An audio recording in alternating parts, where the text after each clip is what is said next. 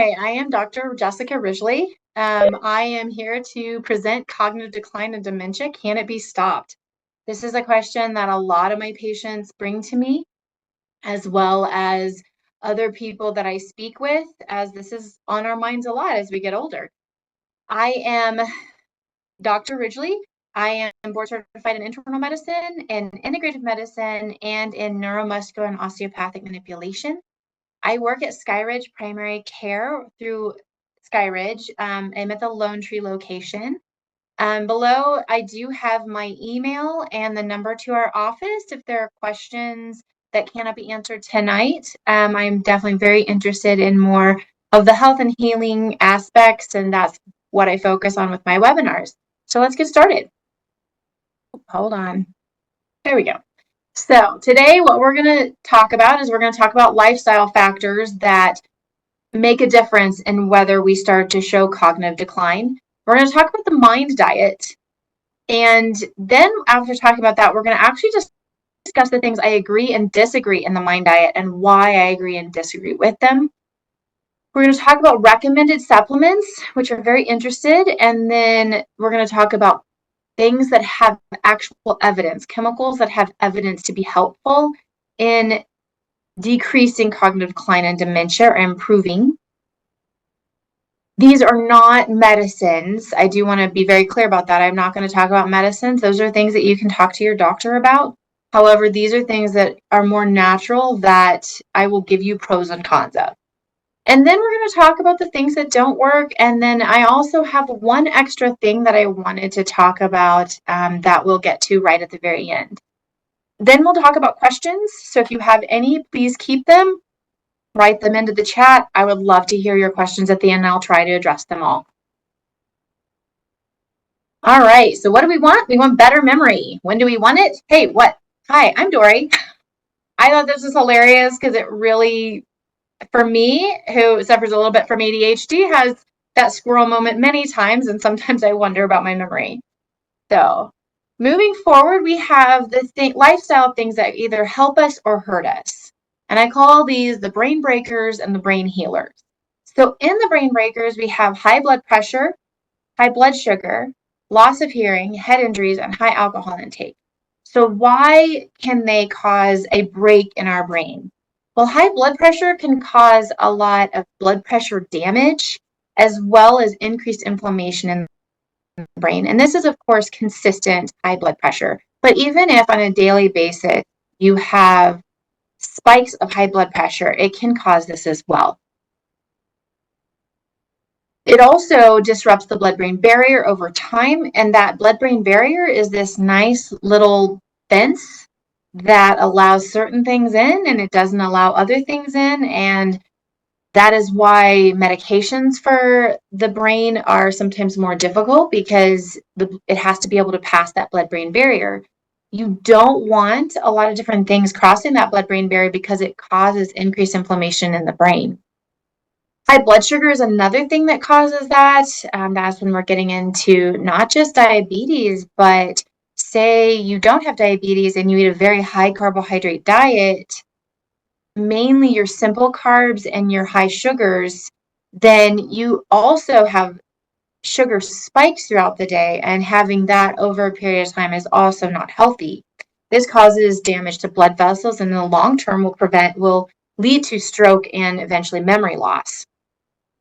Another one that is very interesting is loss of hearing. There has been many studies showing that loss of hearing can cause persistent cognitive decline. Part of that has to do with when you are not hearing certain tones, high or low, that you can start to have atrophy or breakdown or loss of the brain in certain areas. But it also impacts loneliness because people become isolated when they can't hear conversations, and then they become a little bit more and more kind of internal, and so they're not having that social connection that they need. And so 61% higher prevalence of cognitive decline and dementia if you have loss of hearing.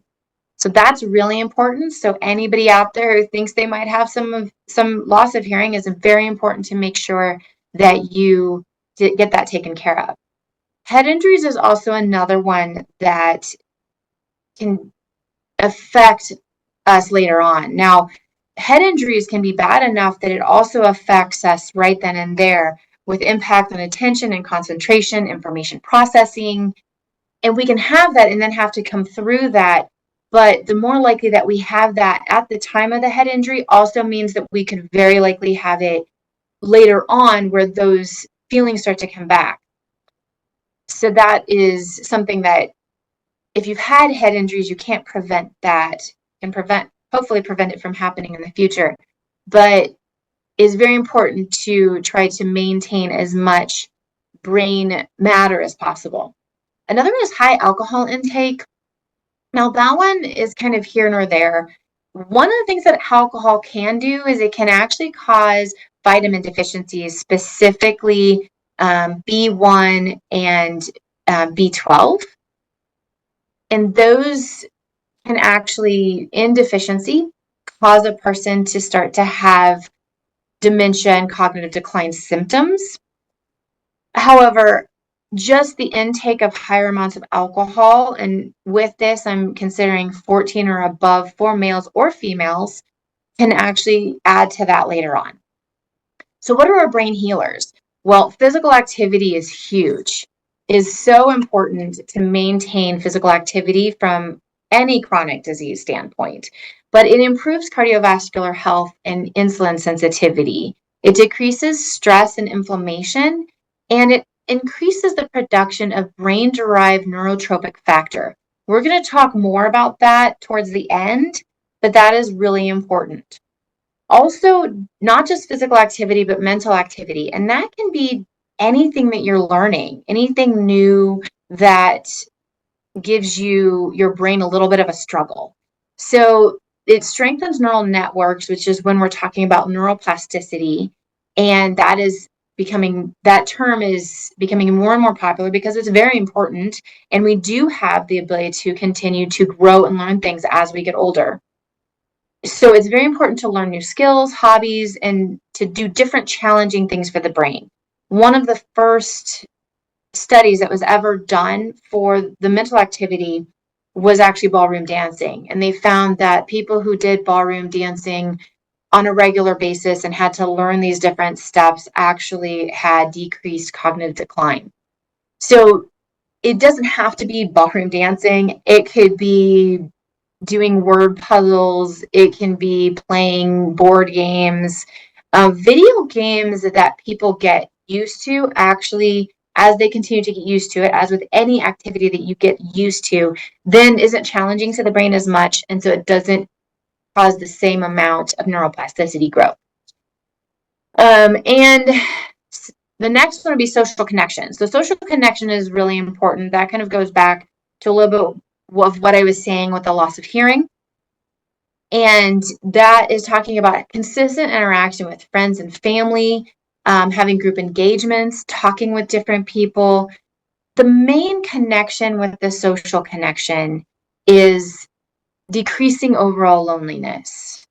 The reason that they believe the social connection is so important is that the loneliness seems to perpetuate cognitive decline. So let's talk about good sleep. So sleep, super important. I do have another webinar on that. So if you struggle with that, please go look at that. And I'm going to give you that ability to do that later. But good sleep consolidates the memory. It's the trash takeout for the brain. It decreases inflammation. It clears plaques like the amyloid and tau that causes Alzheimer's and other types of dementia. So if you're not getting good sleep, you have a 39 to 49% risk of cognitive decline if you have signs of insomnia. So the main ones that they tested were the inability to fall asleep and then waking up in the middle of the night without getting a full night's sleep. And a full night's sleep is approximately 7 to 8 hours, 7.5 being kind of that middle range. And the common amount of sleep that many adults get is around 6. So knowing that 7.5 hours is super important. Another one is healthy diet. which I've talked a lot about it in my different webinars. But this is really important. We're going to talk about the mind diet and what that entails. But a healthy diet provides the important nutrients, it decreases oxidative stress, and it decreases inflammations and inflammatory cytokines that can cause damage to the brain. All right, a big question that I get is, what role do genetics play? So I looked this up to see kind of where we were at this point. And what they find is that even with certain genes that are associated with Alzheimer's and Parkinson's and other types of issues that can cause dementia, that really only 1%, that they only played a factor in getting cognitive decline and dementia by 1%. And some of those genes that they talked about was the APO-E, the APOE, the PS1, PS2, and the APP genes were the big ones that they were looking at. But at this point, what we know is that environment and lifestyle is a significantly higher portion of the reason why we start to have these issues. So the mind diet. The mind diet is this diet that was put together by people who, scientists and other people who put together a diet that they said, okay, this is what's going to help people not get dementia. So the specifics of that is green leafy vegetables, 6 servings per week. That can be around 1 cup of lettuce or broccoli or whatever.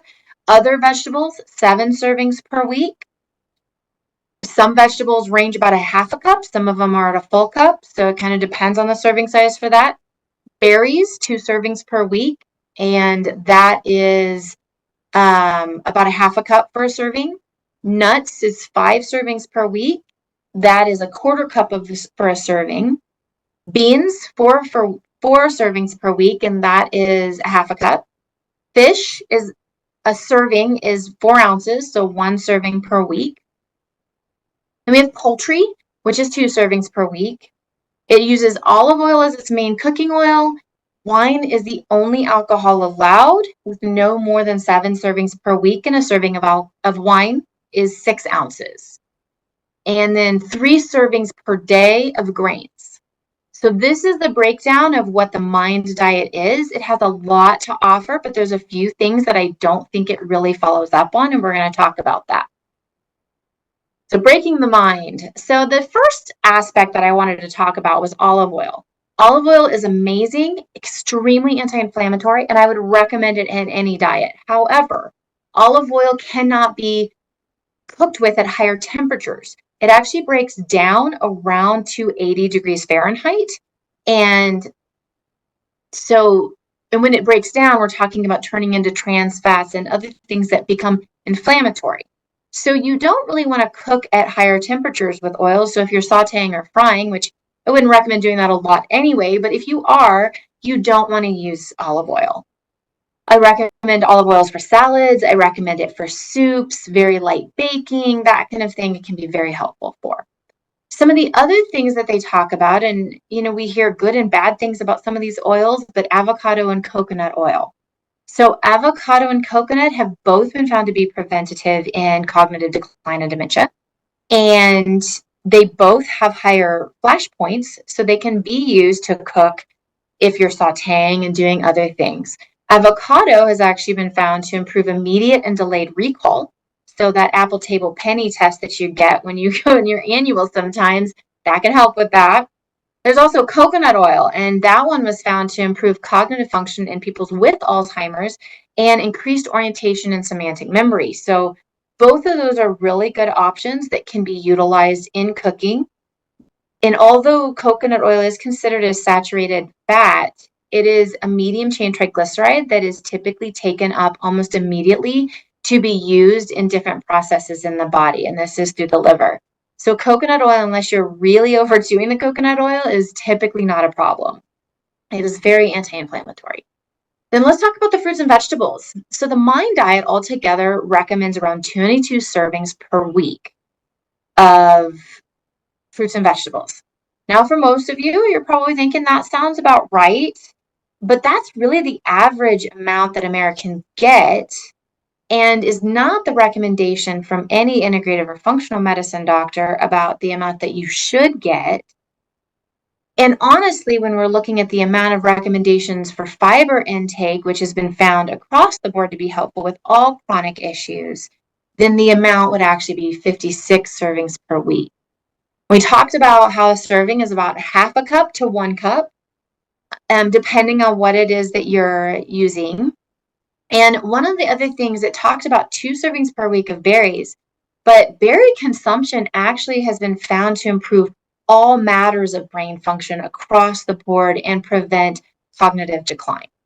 The other thing is that the intake of fruits and vegetables is inversely proportional to cognitive decline. So what does that mean? That means that the more you eat fruits and vegetables, the less likely you're going to get cognitive decline. So my recommendation is to actually eat around those 56 servings per week of fruits and vegetables. And with that, I would think about all the other amazing benefits you get from it by eating that amount. The last one is grains. And I found it really interesting that grains were so heavy in the MIND diet. And honestly, even when people talk about the Mediterranean diet and certain things, I don't really agree with that. And one of the things that I tell my patients is that our genetics have gone back around 20,000 years that since when they have like significantly changed.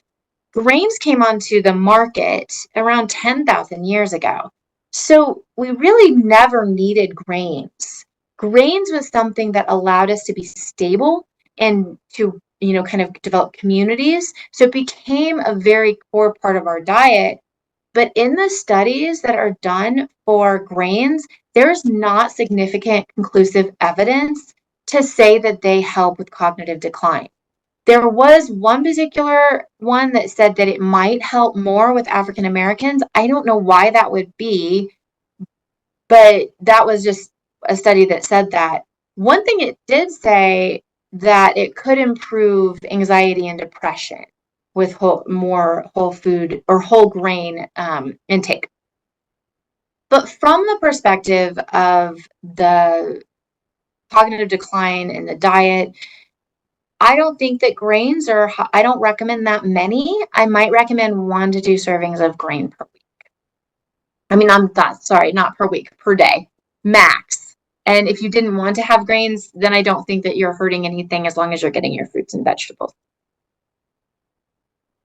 So I would write it down to help myself remember, but there's a good chance I'll forget where I wrote it. I feel this one quite a bit, especially when I'm going through my clinic throughout the day. All right, so recommended nutrients. These are things that are easy to take and very, very helpful to us just in general. So talking about the multivitamin. So many years, they said that all the studies were inconclusive for multivitamins, but almost all of those studies that were done were 1 to 2 years max.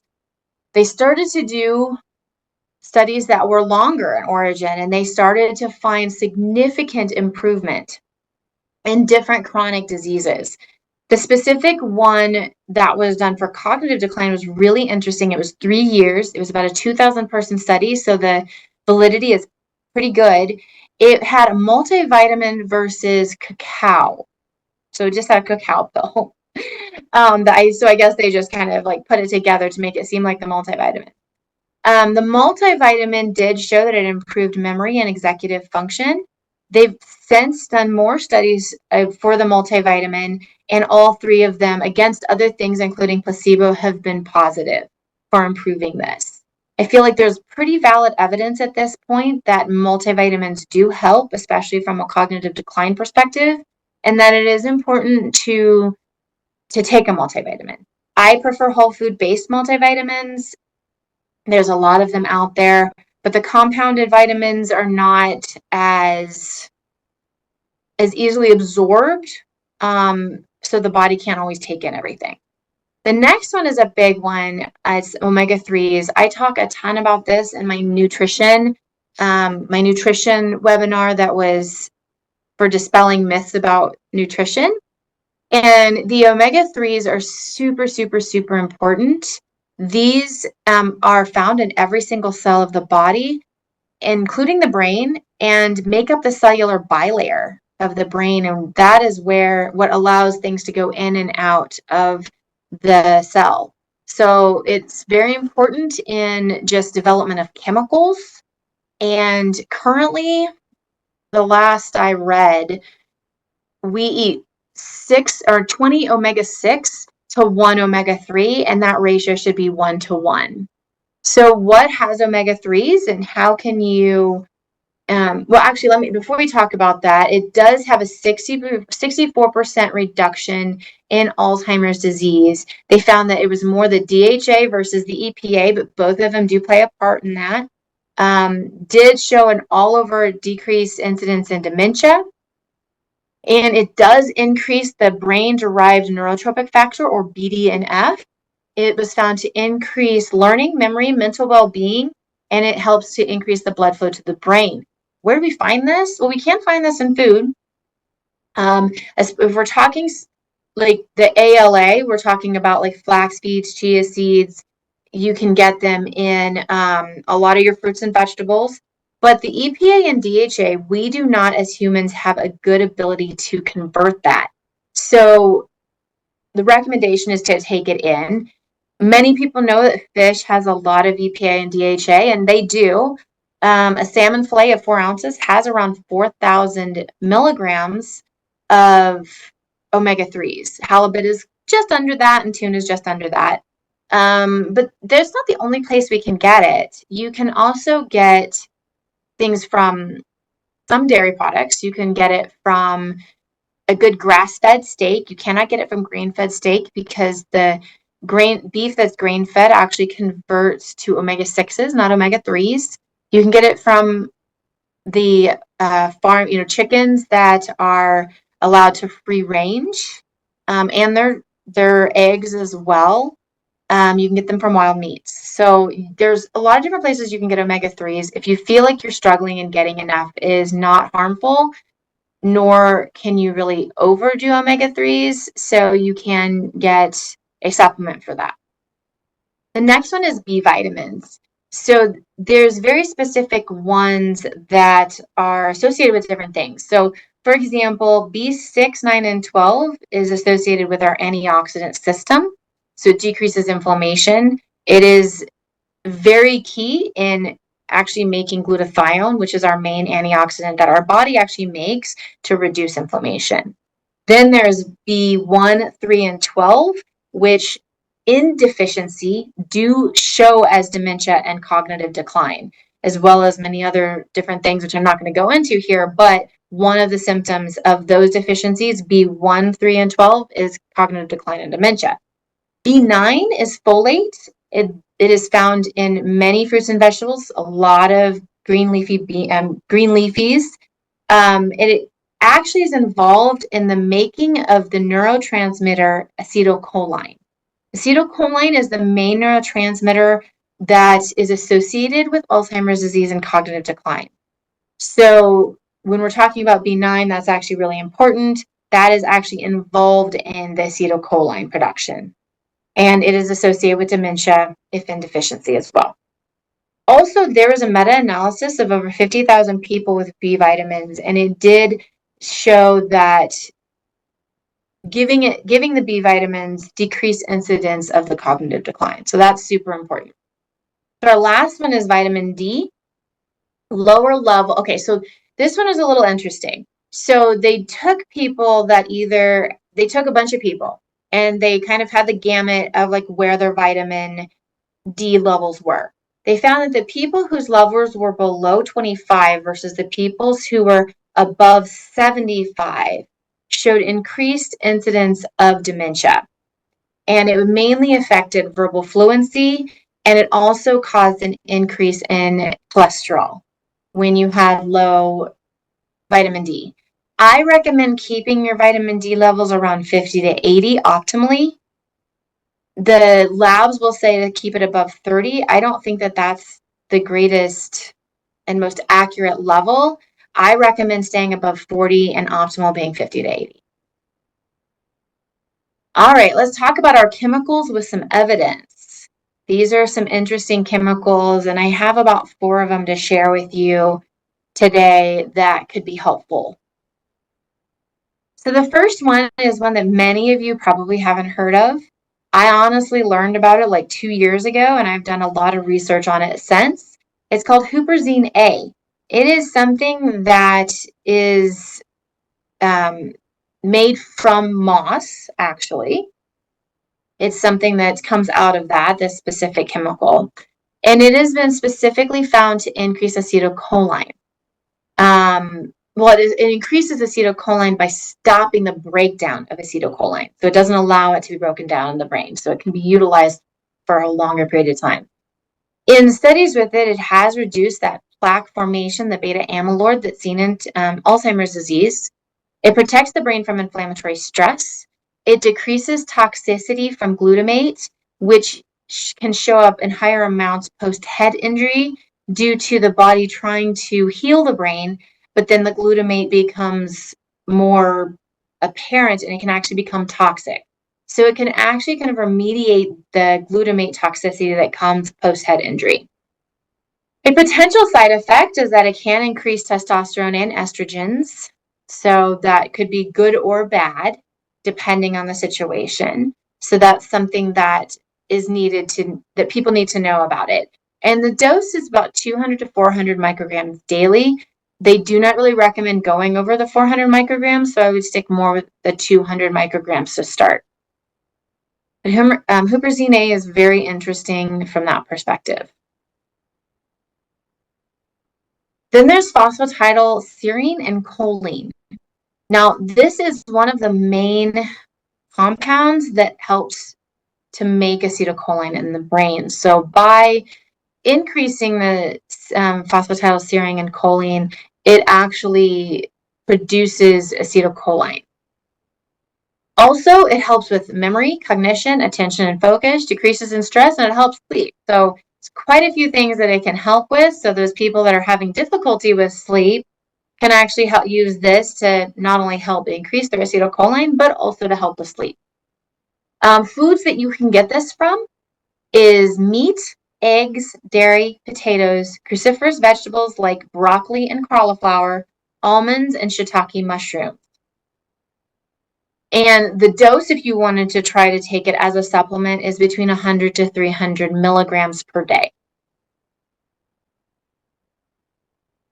All right, let's talk about NAD. So NAD is very interesting because it is something that our body creates, as with other things in our body too, but this is actually part of our energy cycle. And I'm not going to go into the boring biochemistry of that, but the production of NAD comes out of one of the main aspects of our cardiorespiratory cycle and actually goes into these little powerhouses called mitochondria, which the brain has a lot of, and it actually produces the actual molecule of energy. So NAD is absolutely essential for producing energy in the body. It is absolutely essential for normal brain function because the brain uses up a lot of energy, and we have a lot of those little powerhouses called mitochondria in the cell. Now, there's different ways that you can try to increase this, and this isn't the only thing that's important, but you can increase NAD by supplementing niacin and nicotinamide. Those are products that are key to the production of NAD. However, it's also important that there's many products and good nutrition that has to go into producing NAD moving forward and can cause limitation of that.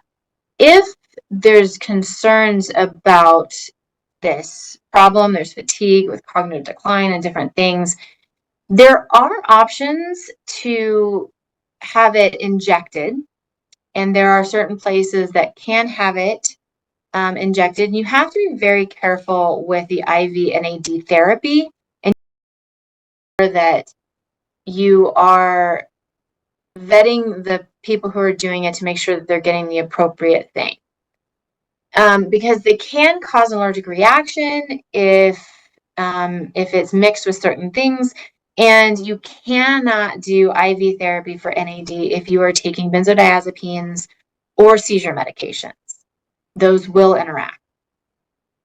But NAD is something that's very interesting, and niacin and nicotinamide can help with that. All right, turmeric. So turmeric is a really amazing botanical, one of my top fives. You have to be very careful with turmeric. And I'm going to say this before I talk about the other stuff, because turmeric is a root, and the root will pick up things from the ground, including heavy metals and other chemicals. So if the turmeric in the supplementation is not processed correctly to take those out, then you can have heavy metals and other things that could be detrimental to you in the turmeric. And you just have to be very careful with that. But turmeric as a whole and just as a botanical is really amazing. Many, many chronic diseases that it can be helpful with. And it can also be helpful with cognitive decline. They did an 18-month study with 40 participants. So it wasn't quite as good as some of those heavier ones, but it's a great pilot study to look to see if this could be helpful. And it has shown improvement in attention and memory. And it did show that it caused decreased tau in the amygdala and hypothalamus, which is that kind of that part of our brain that is kind of our fight or flight, anxiety, depression kind of area, but it actually decreased tau in that area. It is a big part of our memory in that area. So very, very important. The other things, they have done other case studies that have shown improvement in the mini mental status for people who had Alzheimer's, and it also showed less behavioral issues. And this is another thing that helps to increase that BDNF. So let's talk a little bit about a couple of things that don't really work that have gotten a lot of play and do not have a lot of significant data to suggest that they work. Now, ginkgo biloba is an interesting botanical, and it does in its own right have a lot of interesting things that it can do. It actually has a very similar action to aspirin and can decrease platelet aggregation from a plaquing perspective and things like that. So could it have a potential to decrease stroke and to any kind of dementia that could happen with stroke? Absolutely. But it does not seem to stop any type of progression of other types of dementia. And there's been no conclusive data that it actually prevents or reverses cognitive decline. The one that is frustrating as a clinician, but also makes me laugh a little bit, is Prevagen. And their commercials are all over the internet. I do want you to know the FDA is taking them to court because they cannot back up their data. And the main thing that they have in their supplement is called aquaporin, or aquaporin. I'm sorry, I don't know exactly how to say it, but it's extracted from jellyfish. Is a calcium binding protein. There's been many studies at this point that have been done for this, and there's been no evidence that it actually has dementia prevention. And they did do this against a placebo study with no significant improvement. So those are two that I want people to know about. Ginkgo biloba, like I said, definitely has some benefit, but it's not from the dementia standpoint. And there's other things that could be much more beneficial than focusing on ginkgo. And then I wanted, as one last thing to kind of really hone in on, is talking about this BDNF, because you heard me talk about this brain-derived neurotropic factor that our brain makes. And, what is it? Exercise increases it, turmeric increases it. There's a couple other things that definitely increased it. So important in and of itself. It is very essential for memory and learning. It is a brain regulator, so it actually helps to regulate both the production, the stopping, and the starting of cells, as well as stopping or actually cell death. So it regulates the cell function in the brain. And there are some different things that can actually help improve or increase the BDNF that, although I don't think that they have as good of scientific evidence as the ones that I talked about, I put them on here as honorable mentions because they do affect the BDNF, and that is magnesium, L-theanine, both of which I've talked about in my sleep talk, N-acetylcholine, which is called NAC as well. That has tons of amazing effects, including improvement or stabilization of kidneys as well as lungs. And then the four at the bottom are all things called adaptogens, and adaptogens are the things that cause they kind of help manage adrenal function and decrease stress. And all of the ones that I just mentioned have been found to increase BDNF, and that is ashwagandha, rhodiola, bacopa, and ginseng. So all of those are just those honorable mentions, not quite as much scientific data as some of these other things, but definitely a lot of interesting information about those. I swear, if my memory was any worse, I'd plan my own surprise party. It could actually be a lot of fun, but I don't think I would be able to manage that. All right, so I put my YouTube webinars on here. I did talk about the sleep one because it plays so much into cognitive decline, but I have other webinars that you can go to YouTube and just search my name. It's Jessica Ridgley, DO. And there is nutrition, gut health, diabetes, change of heart, cancer prevention, the sleep one, and environmental toxins are all on there at this point. Environmental toxins just got on there. I did that one last time. So if you're interested, they are on there. And then this is my research. I'm going to just kind of go through it quickly so that it actually has a little bit of playtime. And if you wanted to go back and look at this and find the research, then you can stop and pause it and actually look at it. And I did try to put what each of the research or link was pertaining to. So if there's something specific you wanted to go back and look at, you can do that. So those are the 3 pages of research. If there's any questions on that, I would definitely like to hear it. And I am currently done with my my webinar. So any questions, I would love to answer. Yes.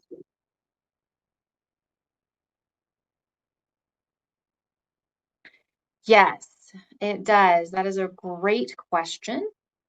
So any of the medications actually typically stop REM sleep, which is that area of sleep that is that kind of waste management and memory kind of collection time frame. So any of the medications typically do that. Interestingly, a lot of the botanicals do not kind of interfere with REM sleep. And there's few medications that don't, and these are the ones, specifically the ones that I'm aware of is Qvivig and Balsamra actually increase sleep architecture. They don't decrease it. So those would actually not have the same problem. But any of the benzodiazepines, any of the traditional, more commonly used medications, the Benadryl, Doxepin, which is Unisom, and all of those typically do decrease your the production of REM while you're sleeping.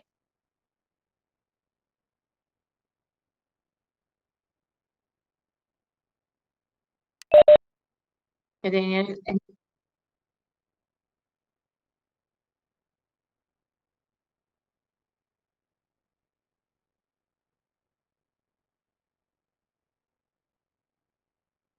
I can't really answer that question. I didn't really go into that. I know that it is very closely related to the Mediterranean diet, and the Mediterranean diet has had a significant amount of data that has been done with it. And it doesn't seem to matter the genetics as much as the anti-inflammation that happens with the diet itself. Just knowing there are differences, some people may need more protein in their diet, they may need more fruits and vegetables, they may need a little bit more of those healthy fats. So everybody's a little bit different on that. But from the inflammatory standpoint, the big thing is the decreased inflammation. So I don't really have an answer as to how it plays into how people process things genetically.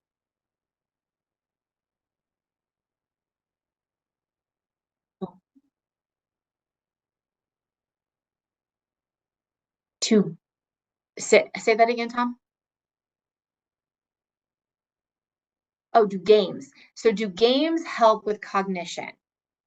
Yes, they do, if you're challenged by it, and that is the key. So if you're doing a game, like a video game, and initially you're challenged and you're having to learn, this button, that button, having to do this, having to do that, and it's the beginning phase, that is going to help with something. Um, if it's something that you you can kind of do through rote memory and you're just playing the game, it's not really helping anymore. So it has to be something that is more challenging to the brain to actually help with neuroplasticity and improving the or decreasing the ability to get cognitive decline.